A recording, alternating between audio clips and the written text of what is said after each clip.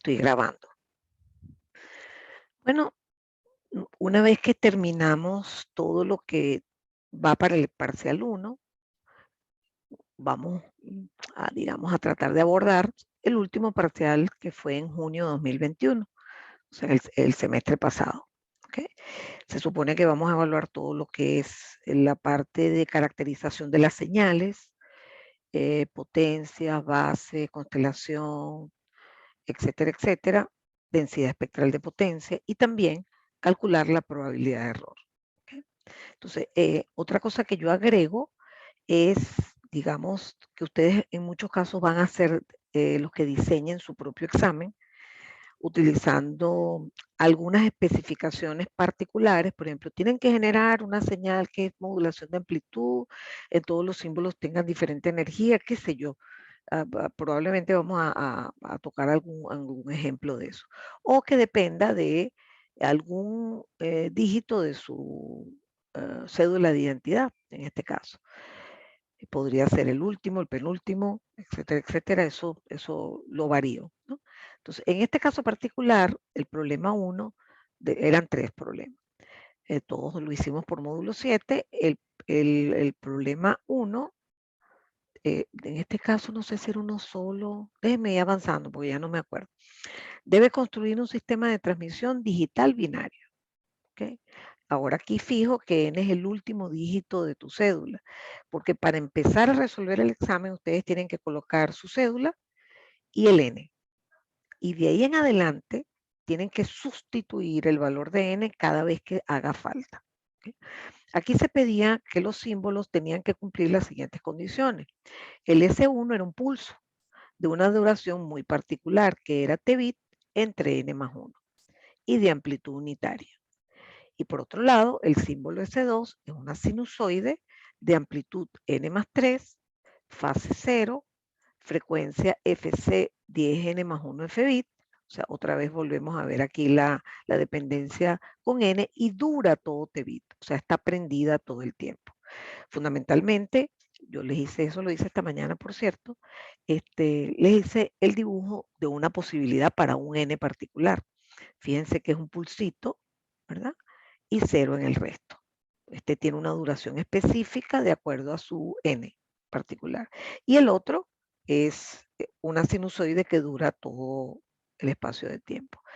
Cuando uno los pone secuencialmente, vienen pulsitos, vienen sinusoides, entonces luciría algo así. Aquí es un zoom, porque eso me va a permitir justificar la DEP, ¿no? Entonces, eso es lo que se está pidiendo que el estudiante diseñe. Entonces, cada quien diseñó, tienen señales y formas de ondas distintas, por lo tanto le va a dar todo distinto, de distintas, etcétera, etcétera. La primera pregunta dice, demuestre si los símbolos S1 y S2 son ortogonales y proponga unas posibles bases. ¿Cómo se hace eso? Bueno, usted diseña su símbolo y usted puede, por ejemplo, si usted tiene dibujada la forma de onda, usted me puede decir, bueno, fíjese, profesora, que aquí cuando yo multiplico estas dos formas de onda, de aquí para este lado se hace 0. O sea que si yo hago el producto escalar de esos dos, bastaría que yo integrara entre este punto y este punto el producto. Y esa era la forma de probarlo, ¿no? Entonces, digamos que formalmente había que hacer esta integral, que es la sinusoide por 1, porque la amplitud vale 1, en el intervalo de tiempo de duración del pulso. Cuando uno hace esa integral, da 0. ¿Okay? Para todos los valores de n daba 0. Pero si usted es cuidadoso y mira el dibujo con más calma, supongamos que este es su caso particular, usted dice, aquí hay 1 y 2 periodos. Es decir, que en el intervalo de tiempo en donde se va a hacer la integral, esta sinusoide en particular tiene una presentación de 2 ciclos completos.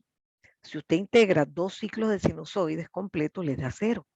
Entonces usted ni siquiera necesitaba hacer esa integral si usted justificaba de esa manera. No tengo ningún problema. ¿Okay? Pero formalmente se hace así. Que yo no les pido que sea de esa manera, ni mucho menos. Bueno, lo cierto es que una vez que ya hemos demostrado que los símbolos son ortogonales, el proceso es facilísimo. obviamente una de las bases tiene forma de pulso y la otra base tiene forma de sinusoide. Para usted aventurarse a decir que la amplitud de esa segunda base es raíz de 2f símbolo en los casos hemarios o raíz de 2f bit en los casos binarios, usted tiene que chequear que en el intervalo de tiempo quepa un número entero de ciclo. Ojo, en este caso la sinusoide está prendida todo el tiempo, pero si estuviese prendida solo en un intervalo, usted tiene que chequear que la frecuencia es tal que de estar desplegada completa tendría un número entero de ciclo. Porque si no es así, la amplitud no es esta que está aquí. Y por otro lado, usted se la juega calculando la base porque usted dice, bueno, si yo tengo un pulso que tiene amplitud 1, altura 1 y duración X, ¿verdad?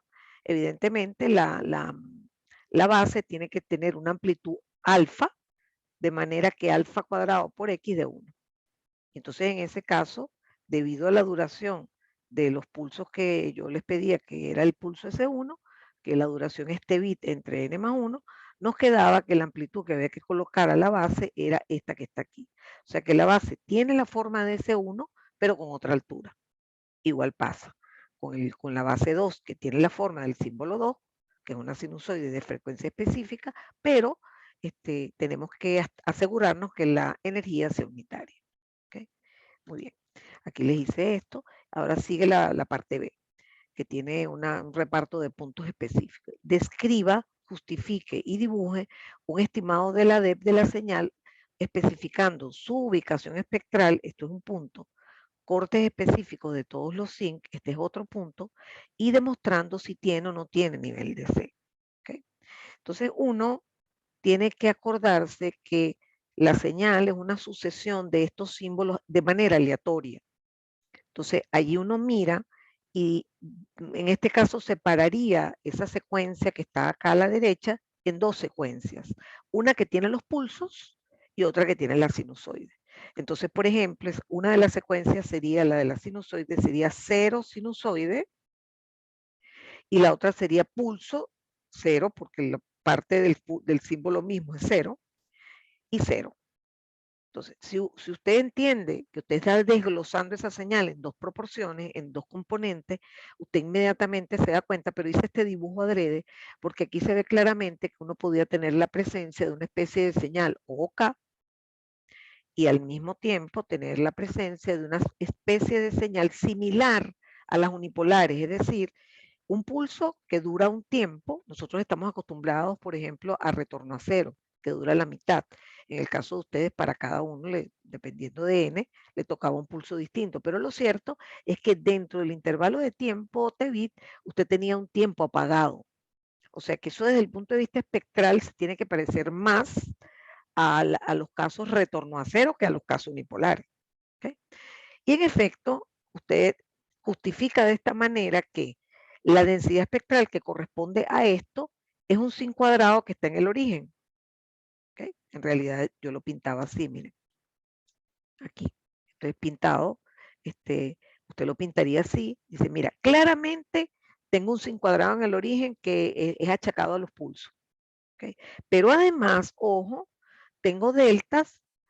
No sé realmente dónde pueden estar porque yo solo conozco el caso de retorno a cero, pero seguro que están, ¿verdad? Y esas deltas pertenecen también a esos pulsos nada más, al símbolo 1, porque el símbolo 1, ¿verdad? El símbolo 1 tiene un espacio en cero. Entonces, fíjense que se acerca a los casos unipolares, más o menos se acerca a retorno a cero. Pero, ¿por qué digo se acerca? Porque el corte no está en F-bit, que sería para el caso no retorno a cero, tampoco está en F-bit medio, en principio, perdón, en 2 F-bit, como sería para el caso retorno a cero, pero usted sí sabe cómo está, porque si el pulso tiene una duración de T-bit entre n más 1, a usted automáticamente el ancho de banda se le va a multiplicar por n más 1. Lo que se divide en tiempo se multiplica en frecuencia. Entonces, evidentemente, eso está expresado de esta manera y obviamente el sin cuadrado es más gordito de lo que uno se imagina. Pero por otro lado, tenemos la componente del OK. El OK, fíjense que está presente con estos dos sin cuadrado y claramente tiene la portadora que aquí está pintada en el centro, en la frecuencia de portadora. ¿Okay? ¿Y cuál es el ancho del lóbulo? Esto es muy importante. Como la sinusoide dura todo t bit, el ancho es el que sabemos que es. El ancho total del sin cuadrado es 2 f bit. Es decir, que vamos desde fc menos f bit hasta fc más f bit. Eso es clásico. ¿Okay? Yo podría ser más exigente y pedirles que me digan, no, pero díganme más o menos proporcionalmente cuál de los 5 cuadrados tiene más altura. Fíjense que yo hice la simulación en MATLAB, simulé 100 símbolos, 100 bits, y este fue el resultado. Este es un resultado real. Fíjense que aparece la portadora. Si hacemos zoom, nos vamos a dar cuenta que efectivamente el ancho es f bit con respecto a este caso. Específicamente en este caso, como t bit era 0.2, f bit vale 5. Fíjense cómo están efectivamente las deltas que les mencionaba por efecto de esta señal, que es de naturaleza unipolar y de ancho incompleto, no llega a todo t bit, y es más ancho, en efecto, ¿verdad? Entonces, fíjense que esto es una simulación y es más o menos lo que uno puede especular sin mayor esfuerzo. Claro, yo les puedo pedir más. Fíjense ustedes aquí, el problema que uno observa que este sin cuadrado y este son altísimos. Entonces, la potencia disipada por la parte sinusoidal es culpa de estos dos, de este y de este. ¿Okay?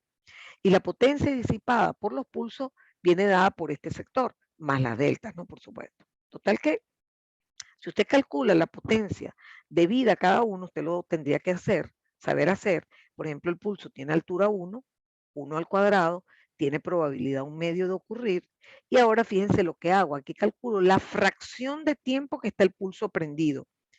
Esta fracción, y eso es el reflejo de la potencia con la cual participan los pulsos en la señal real, la señal transmitida. Y da este valor.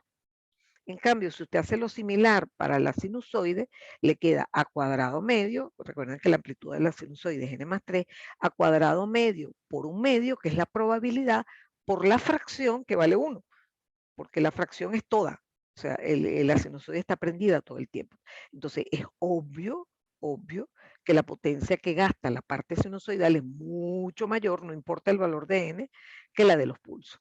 Entonces yo podría ser un poco exigente, normalmente no lo hago, pero aprovecho las clases de ejercicio para mencionarle estas cosas. Igual pasa con el nivel de C. Fíjense que ustedes, cuando ustedes dibujan la señal, ustedes miran y recuerdan que el nivel de C es el promedio de la señal en tiempo. Esta sinusoide tiene un número entero de ciclos en T bit, o sea que cada bit ella no va a ofrecer nivel de C. Sin embargo, estos pulsos sí van a ofrecer nivel de C, porque están prendidos una parte del tiempo en 1 voltio y en el resto 0. Pero cuando usted promedie una señal, imagínense que solo promedia la parte de los pulsos, obvio que le va a dar un nivel de C y le va a dar un nivel de C positivo. Fíjense que usted lo puede ver aquí perfectamente. El nivel de C está presente y no es despreciable. ¿Okay? Entonces fíjense que pedíamos ubicación espectral, eso significa que hay 5 cuadrados aquí y allá. Tienen que poner la parte negativa porque si no el ejercicio está malo. O sea, si ustedes me ponen solo esta parte, eso está malo. ¿Okay? Entonces hay que ser cuidadoso con eso. Les pedía cortes específicos de todos los sin cuadrados porque la duración y tiempo intervienen en los anchos de los sin cuadrados. Eso es indispensable. Y si tenía o no nivel de C. Entonces, con toda esa explicación que les he dado, creo que les queda claro. La tercera parte o parte C dice lo siguiente. Asuma que la señal pasa por un canal que la atenúa en 40 dB y la contamina con ruido térmico y es recibida finalmente por un gran Smith. Determine los valores de Y1 y aunque lo sabemos, se los recuerdo siempre en los exámenes, que los valores de Y1 son las salidas de las ramas que multiplican al símbolo que va llegando por la base 1. Y eso se hace no importa qué símbolo sea, en este caso son solo 2 símbolos. Entonces, ¿cuántos valores posibles de Y1 hay sin ruido? Serían cuando se enfrenta el símbolo 1 y cuando se enfrenta el símbolo 2. Pero resulta que nosotros sabemos perfectamente que esos valores coinciden con las proyecciones de los símbolos en las bases. Y eso no es más que tomado de la constelación de la que está a la entrada del receptor. O sea, acuérdense siempre de esa asociación que los va a ayudar mucho. ¿Okay? Entonces, como ya yo sé que los valores que tengo que dar depende de la constelación, vamos a hacer la constelación en donde necesitamos, que es a la entrada del receptor. Para eso tenemos que construir primero la constelación en el transmisor. Entonces recuerden que nosotros tenemos esta base. Entonces, ¿cómo hace usted para representar con un pulso de esta altura un pulso de altura unitaria? Bueno, multiplica por el inverso de esto. Entonces, por eso es que, fíjense que ¿cómo se dice? El coeficiente por el cual tengo que multiplicar U1 para que me dé el pulso verdadero, ese 1, es este valor. Y en el caso de la sinusoide, si queremos una sinusoide de amplitud, ¿verdad? N más 3, agarramos la base y la dividimos entre raíz de 2f bit y la multiplicamos por N más 3. Total, que la constelación en el transmisor es esta, pero esa no me sirve para calcular los valores de Y1. ¿Okay? Tengo que atenuarla. Entonces vamos a pasar a la próxima lámina para calcular la atenuación. Como tenemos 40 dB, eso refleja, yo no sé si lo calculé aquí está, la relación entre potencias es 10 a la 4, que es 10.000. Por lo tanto, digamos, cuando uno le saca la raíz cuadrada a ese número, que es el que afecta la potencia, encuentra la afectación de voltaje, que es raíz de 1000, raíz de 10.000, que es 100. Entonces, significa que a todos los puntos de esta constelación, cuyas expresiones están en voltaje, hay que dividirlos entre 100. Entonces, agarro esta constelación y la divido entre 100. Y este es el resultado. ¿Okay? Entonces, ahora estamos listos. Nosotros podemos incluso ver todos los valores de Y1 e incluso de Y2 para todos los símbolos. Por ejemplo, este símbolo, el símbolo U1, ¿verdad? La proyección sobre el eje es el mismo valor, es este. O sea que este sería su Y1. ¿Y cuál es la proyección en el símbolo, en el eje U2? 0. Entonces ya, de ver la constelación a la entrada del receptor, podemos calcular Y1 y Y2 de todos los símbolos. ¿Okay?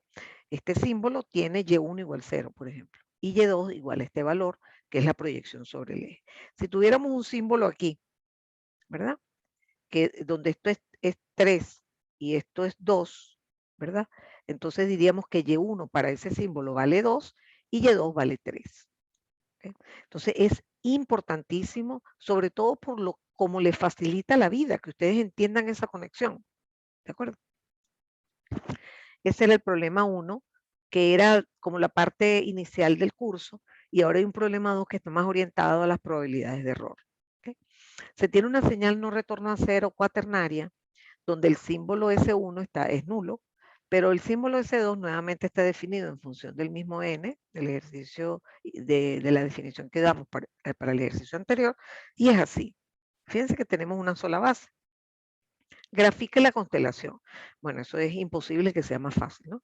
Si me están dando la expresión de los símbolos y me dicen que S2 es 3 U1, hay que poner una pelotica en 3. Entonces aquí tengo mis 4 peloticas en 0, N más 1, 3N más 3, etcétera. Los tengo todos, los 4 símbolos. Y determine la energía promedio. Bueno, a esta altura usted ya ha sustituido el valor de N. Entonces, por supuesto, usted es N igual 4. Entonces, 4 por 2, 8 más 2, 10 U1. Entonces, ese 3 para ustedes es 10 U1. Entonces, calcular la energía, que aquí se ve como muy feo, para ustedes es ya más fácil porque ya tienen sus valores de N. Lo cierto es que acá yo lo estoy haciendo porque como yo les envío la respuesta para todos, entonces lo hago en función de N para que ustedes vean, allá va, yo soy N igual 8. Lo metes aquí, sabes cuál tendría que ser tu resultado teórico, más allá de revisar el procedimiento. ¿Ok? Entonces ya tenemos la energía, en este caso en función de N, porque sencillamente hemos visto que, digamos, en el examen se dependía de N. Pero también nos damos cuenta que la distancia entre símbolos es la misma. Por lo tanto, para cada uno, su de min, por ejemplo, en este caso de min, es la distancia entre estos dos, que sería 3n más 3 menos 2n más 1. O sea, de min es n más 1. ¿Okay?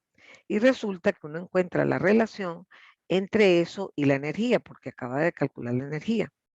Y con eso calculo la cota superior. ¿Cómo se calcula la cota superior? Usted tiene que estudiar cada símbolo. Este es muy fácil, pero igual se los voy a hacer en detalle. Usted toma este símbolo. ¿Qué vecinos tiene? Bueno, nada más tiene que tomar el más cercano. Entonces tiene una Q debido a la probabilidad de que este símbolo se convierta en este. Este símbolo genera un solo Q. ¿Okay? Y hay que multiplicarlo por un cuarto, que es la probabilidad. Perfecto. Luego el siguiente símbolo tiene 2Qs, porque esta distancia es la misma que esta. Entonces, 2Q de min entre raíz de 2eta. Perfecto. Luego tenemos el tercer símbolo, tiene 2 chances de equivocarse que implican 2Q. 2Q de la misma de min entre raíz de 2eta. Y finalmente, todo multiplicado por 1/4. Y finalmente tenemos el último símbolo que tiene un solo chance, una sola Q. Total que quedan 6 Qs multiplicadas por 1/4, que es igual a 3/2. Y el resultado de la probabilidad de error es este que está aquí. Pero siempre hay que ponerlo en función de la energía, porque yo necesito comparar, seguramente en el ejercicio les pongo comparar con otro sistema, muchas veces que lo tienen que diseñar ustedes mismos. Entonces ya tenemos la expresión de la probabilidad de error en función de la energía, ¿verdad? Y terminó esta parte del problema 2. Ahora debe crear una nueva transmisión de 4 símbolos. Fíjense, yo suelo comparar con la misma cantidad de símbolos. Nunca comparo un cuaternario con un ternario, nunca, no tiene sentido. Ahora debe crear una nueva transmisión de 4 símbolos con la misma potencia y la misma velocidad de transmisión, es decir, con la misma energía, ¿ok? Ahí es en la misma energía. Fíjense que yo no le estoy diciendo con la misma energía, pero usted lo deduce. Pero yo podría decirle, por ejemplo, que tiene el doble de la potencia y el triple de la velocidad. Entonces usted tiene que buscar que la energía nueva es, por ejemplo, 2 veces la vieja, porque a la hora de hacer las comparaciones, usted todo lo tiene que poner en función de las energías. Entonces, si quiere comparar con respecto al mismo elemento, tiene que saber qué conexiones hay entre energía 1 y energía 2. ¿Okay? Bueno, entonces dice, invente una transmisión nueva, pero que por definición intente ser mejor que esa no retorno a cero cuaternaria. Fíjense que esto es una no retorno a cero cuaternaria. ¿Ok? No digo no retorno a cero polar, ¿no? Si se dan cuenta, porque no lo es. ¿Ok? Entonces, dice que intente ser mejor. Entonces, evidentemente, usted tiene que recordar siempre que aunque lo vimos solo en binario, demostramos que el factor de correlación entre los símbolos presentes en una transmisión refleja al final la calidad del sistema. ¿Por qué? Porque si usted tiene símbolos antípodos, ¿verdad? Es decir, uno es el negativo del otro, entonces usted tiene más chance de mejorar la calidad del sistema. Si los símbolos son ortogonales, es un mal comparado con el sistema polar, no es muy bueno, pero realmente sigue siendo mejorcito que esto que está aquí, en donde tenemos proporcionalidad con el mismo signo. Usted tiene, por ejemplo, 2U1, 3U1, 4U1. Eso es lo peor que uno puede hacer. Poner símbolos proporcionales de manera positiva, no polares. ¿Okay? Entonces, con esa justificación, a usted se le ocurre, por ejemplo, proponerme esto, que está aquí. Siempre tiene que hacerlo con letras para jugar ahora con las energías y los de min. ¿Okay? Entonces, igual lo puede hacer aquí. Lo puede poner 0, M, 2M, lo que sea. En función de la letra, pone la energía en función de eso y después compara los de min. Ok, entonces ahora nosotros calculamos la energía y en este caso particular, la energía tenía que coincidir porque al tener misma potencia y misma velocidad, tiene la misma energía que usted había calculado aquí, que incluso ya la tiene de manera numérica. Es decir, que usted ya perfectamente conoce el valor de A, ¿verdad? Porque si esa energía le había dado 14, en la parte anterior usted dice que 14, 5A² y despeja A. Y lo cierto es que ahora usted vuelve a calcular la probabilidad de error por cota superior y tiene la misma historia de antes. Una Q más 2Qs más 2Qs más un Q, 6Q. ¿De quién? De min. Entonces usted aquí se da cuenta que de min es 2A. Y pone, lo despeja de aquí y fíjese cómo le queda la expresión de la probabilidad de error en función de E sobre eta. ¿Okay? Fíjense que aquí dice raíz de 2eta, que aquí también está. Pero aquí dice raíz de 4 entre 14e, raíz de 4 entre 14. En cambio aquí dice raíz de 4 entre 5. O sea, este divisor es más chiquito. Por lo tanto, el argumento es más grande y Q es más baja. Entonces se demuestra que este último tiene mejor calidad que era lo que se pretendía en esta parte del ejercicio, que tiene un peso de 4 puntos, o que tuvo un peso de 4 puntos. Entonces, en el examen, usted tenía efectivamente un ejercicio que trabajaba sobre la parte básica y un ejercicio que trabajaba sobre la parte de probabilidades.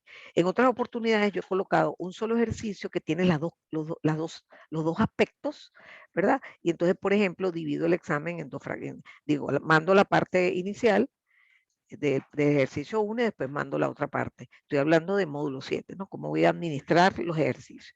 Y así, de manera que usted siempre tenga una porción del examen en la cual se va a concentrar a responderlo. ¿De acuerdo? Lamentablemente, de esa manera yo controlo digamos, les complico la copia, porque tienen un tiempo finito, que generalmente yo calculo, en función de la experiencia, normalmente me va bastante bien. Pongan ustedes que les doy 30 minutos. Yo puedo apostar que a los 20 ya los mejores estudiantes me entregaron. ¿Okay? Y les quedan unos escasos 10 minutos eventualmente para colaborar con sus compañeros y eso lo complica la vida, ¿no? Si encima cada quien tiene que hacer un ejercicio distinto porque el diseño es muy raro, que yo le mande hacer un ejercicio particular y a usted se le ocurra la misma idea que el otro, esos otro estudiante. Bueno, lo cierto es que con esto termina esta parte y aquí, fíjense, estos ejercicios que voy a empezar a hacer ahora son algunos de Easy, pero que no eran de ese parcial, porque en ese parcial, al igual que el que ustedes van a tener, el ejercicio de Easy va a ser un ejercicio de múltiples soluciones, no, de selección múltiple, perdón. Entonces, allí usted igual tendrá seguramente que resolver algo para ver cuál es la solución, algo numérico, ¿no? De hecho, bueno, el ejercicio en todos tienen que resolver algo numérico para que les permita comparar cosas, ¿ok? Meter números, pues. Ok, yo lo que estoy haciendo es hacer ejercicios similares, digamos, a los que se podría poner en un examen de selección múltiple, porque al final yo les pregunto algo numérico, ¿ok? Ese algo puede ser la probabilidad de error total, la probabilidad de error, alguna probabilidad de error condicional, los umbrales, la expresión simplemente de la probabilidad de error, etcétera. Cosas teóricas, muy teóricas. Ok. Este fue no puedo ver, bueno, es de un examen, ustedes sí pueden ver de qué examen. Ah, si dice ahí tipo 1 que logro ver, eso tiene que haber sido el 2019. Dice lo siguiente. En una transmisión binaria polar con un canal sin ruido pero con limitaciones de ancho de banda, el pulso a la salida del receptor PRDT genera ISI al pulso anterior y al pulso posterior, el vecino anterior y el vecino posterior. El máximo voltaje de PR, el cual es un pulso simétrico, cuando se transmite un uno lógico es igual a 10 voltios. Es decir, que yo ni siquiera les estoy dibujando la forma de PRDT. ¿Okay? Entonces, usted se tiene que imaginar un pulso de esa naturaleza. O también yo se lo podría dar. Pero con toda la especificación que estoy poniendo aquí, usted se lo puede imaginar. Usted dice, bueno, debe ser algo así. Y esto que está aquí vale 10 voltios. Fíjense que es una transmisión binaria polar y ya usted va procesando en su cerebro que cuando viene un 1 le va a salir un pulso positivo, probablemente, eso por costumbre, y cuando viene un 0 le va a salir el mismo pulso, pero negativo. ¿Okay? Entonces, eso usted ya lo tiene que, sin que yo se lo diga, usted lo tiene que saber. Demuestre gráficamente que la ISI toma 3 valores diferentes. Elija un valor para el máximo positivo de esos 3 valores si se sabe que la probabilidad de error cuando se transmite un 0 es igual a 0. Es decir, esta probabilidad condicional es nula. ¿Okay? Muy bien. Entonces, en primer lugar, usted se imagina un escenario como este, similar al que de la clase de la ISI de ayer, y ahí queda claro lo siguiente. Si usted tiene dos pulsos unos, el anterior y el posterior, aquí van a colaborar con, vamos a llamar este voltaje A, como los dos colaboran, tendríamos 2A.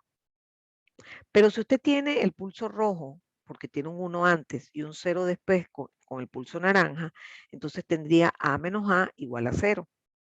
Ese 0 también ocurriría cuando usted tiene este pulso de -1, o sea, de 0 lógico antes y 1 de 1 lógico después. Entonces tendría otra vez A y menos A, queda 0. Y finalmente, si los dos vecinos, el anterior y el posterior, son ceros lógicos, usted tendría una colaboración de -2A en ISI. ¿Okay? Con lo cual usted tiene 3 valores de ISI distintos. 0, 2A y menos 2A. ¿Okay? Ciertamente la probabilidad de 0 es más alta. Muy bien. ¿Cómo se describe la probabilidad de error tal que transmito 0? Cuando usted transmite 0, usted puede jurar que el voltaje de su señal es menos 10 voltios. ¿Ok? Pero, lamentablemente, al sumarle la ISI, se le convirtió en un número positivo y cometió error. Eso en general. Pero en este caso me están diciendo que esa probabilidad es nula. Entonces, usted pasa esto para acá y dice, ok, traducción. Eso es igual a decir que la probabilidad de que la ISI sea mayor que 10 es 0. O sea que eso es imposible. Es imposible que la ISI tome un valor mayor que 10. Por el gráfico que hemos puesto, queda evidenciado que A es positivo. Por lo tanto, el valor positivo más alto de ISI es 2A. Por lo tanto, es imposible que 2A sea mayor que 10. Por ejemplo, aquí puse un caso. Imagínense que 2A vale 5. Si 2A vale 5, menos 10 más 5 es menos 10. En ese momento salió el aviso y me distraje. El aviso de que me quedan 10 minutos. Menos 10 más 5 es menos 5. Y eso no es positivo. Entonces, efectivamente, no se comete error. Definitivamente. Entonces, esos son los posibles valores en este ejercicio. Entonces, ese es el tipo de preguntas que yo puedo hacer. ¿Qué valores de A pueden ser? Bueno, mayor que 5, menor o igual que 4, entre 0 y 8, qué sé yo. Esto lo puedo hacer yo perfectamente y lo he hecho. De hecho, hay alguna pregunta de ese tipo, que es calcular el límite de la ISI, el valor más alto de la ISI, o la expresión de la probabilidad de error. Por cierto, déjenme explicarles algo, me acabo de acordar que yo les mando a escribir la probabilidad de error tal que transmito 0 y algunas personas lo multiplican por 1/2. Eso es incorrecto, porque la probabilidad de error tal que transmito 0, ¿verdad? Como ya me dijeron quién se transmitió, ya sé que la probabilidad es 1. O sea que eventualmente eso está multiplicado es por 1, porque ya usted le dijo cuál transmitió. ¿Por qué cuando calculamos la probabilidad global ponemos 1/2? Porque estamos considerando ambas posibilidades, no tenemos la seguridad de ninguna de las dos y tenemos que saber la probabilidad de cada una. Pero si es probabilidad de error tal que transmito 1, la pregunta, o probabilidad de error tal que transmito 0, no hay que multiplicar por ninguna probabilidad. ¿De acuerdo? Muy bien. Otro ejercicio. Cuando en una transmisión binaria polar se envía un 1, otra vez binaria polar, se envía un 1 por un canal de ancho de banda limitado sin ruido, con esta tasa de transmisión, 1 bit por segundo, el pulso se lo doy, es este que está aquí. Entonces usted, antes de seguir leyendo el enunciado, usted dice, ya va, déjame ver bien el pulso. Yo sé que cuando venga un 1 va a venir esto. Fíjense, el máximo valor es 1. Ok, déjame ver si hay ISI. No voy a ver lo que me dice la profesora. Yo me muevo un segundo a la derecha, porque si f bit es 1 bit por segundo, t bit vale 1 segundo. Me muevo un bit a la derecha y aquí esto está vivito y coleando. Pero cuando llego a 8 está muertico. Igual pasa del lado izquierdo. Entonces ya usted, sin que le digan nada, usted tiene que ser capaz de ver el pulso y decir, aquí solo se afecta a mi vecino de la derecha, un vecino de la derecha y un vecino de la izquierda. Entonces ahora, fíjense que yo les pido una cosa distinta. Le digo, supongamos que transmito 5 bits. 1, 0, 1, 0, 1. Entonces usted dice pulsito para arriba, pulsito para abajo, pulsito para arriba, pulsito para abajo, pulsito para arriba.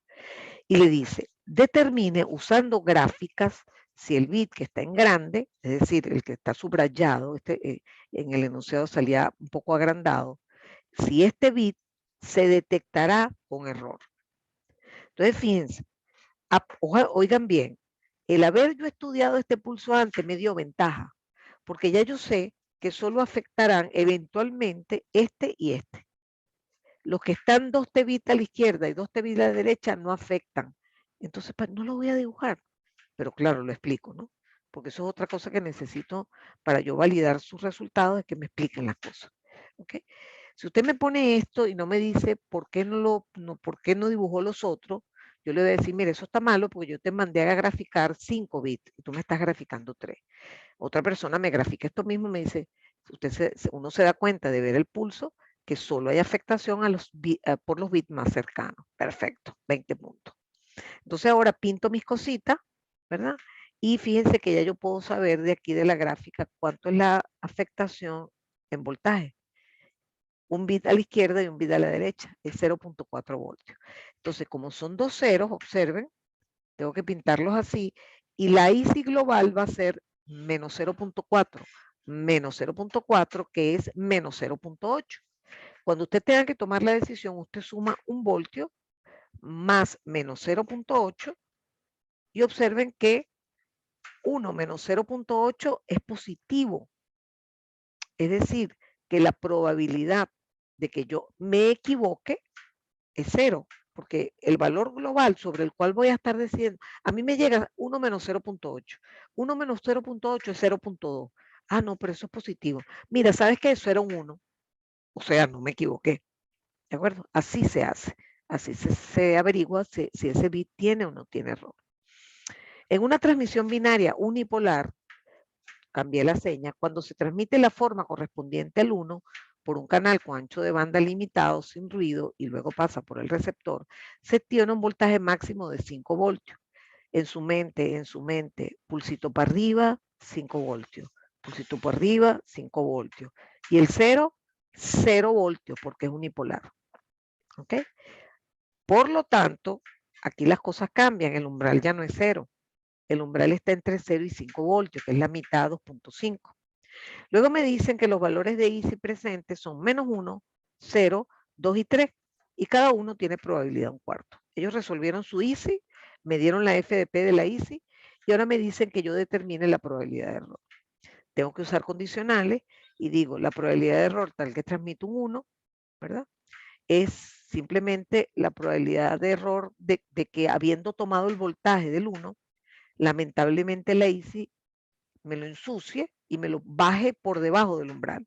O me puedo equivocar también habiendo transmitido un 0 y 0 más la IC sea mayor que el umbral, o sea, por encima de 2.5. Entonces, cada uno multiplicado aquí sí por un medio.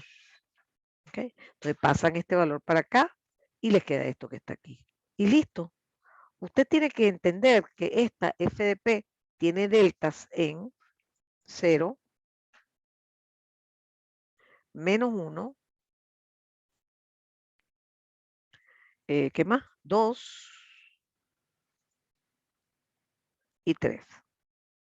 Entonces usted las dibuja y dice, ok, chévere. Acuérdense que esto es menos 1. ¿Cuál es la probabilidad que la IC sea menor que menos 2.5? 0. Porque por aquí no hay delta. ¿Okay? Entonces, ¿y cuál es la probabilidad de error de que IC sea mayor que 2.5? Cuidadito, porque 2.5 está aquí. Entonces usted integra esta zona que abarca una delta de área un cuarto. Por lo tanto, esto da un cuarto. Un cuarto por un medio es un octavo. Y así calculamos la probabilidad de error, en este caso unipolar. Aquí yo les mandé a diseñar un pulso. Entonces aquí, por ejemplo, decía lo siguiente. Imaginen que se tiene una transmisión binaria polar banda base equiprobable. La señal se envía por un canal sin ruido, pero con limitación de ancho de banda.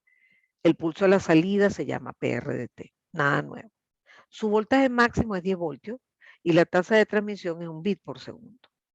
Dibuje una forma arbitraria de pulso que solo genere IC a un vecino anterior y un vecino posterior. Ahora obtenga los valores de IC para su pulso y escriba la probabilidad de error. Entonces usted puede usar cualquier forma, ¿okay? Y evidentemente que satisfaga específicamente lo que yo le estoy solicitando. Fíjense, por ejemplo, en este ejercicio, aquí yo anulé el pulso antes de llegar.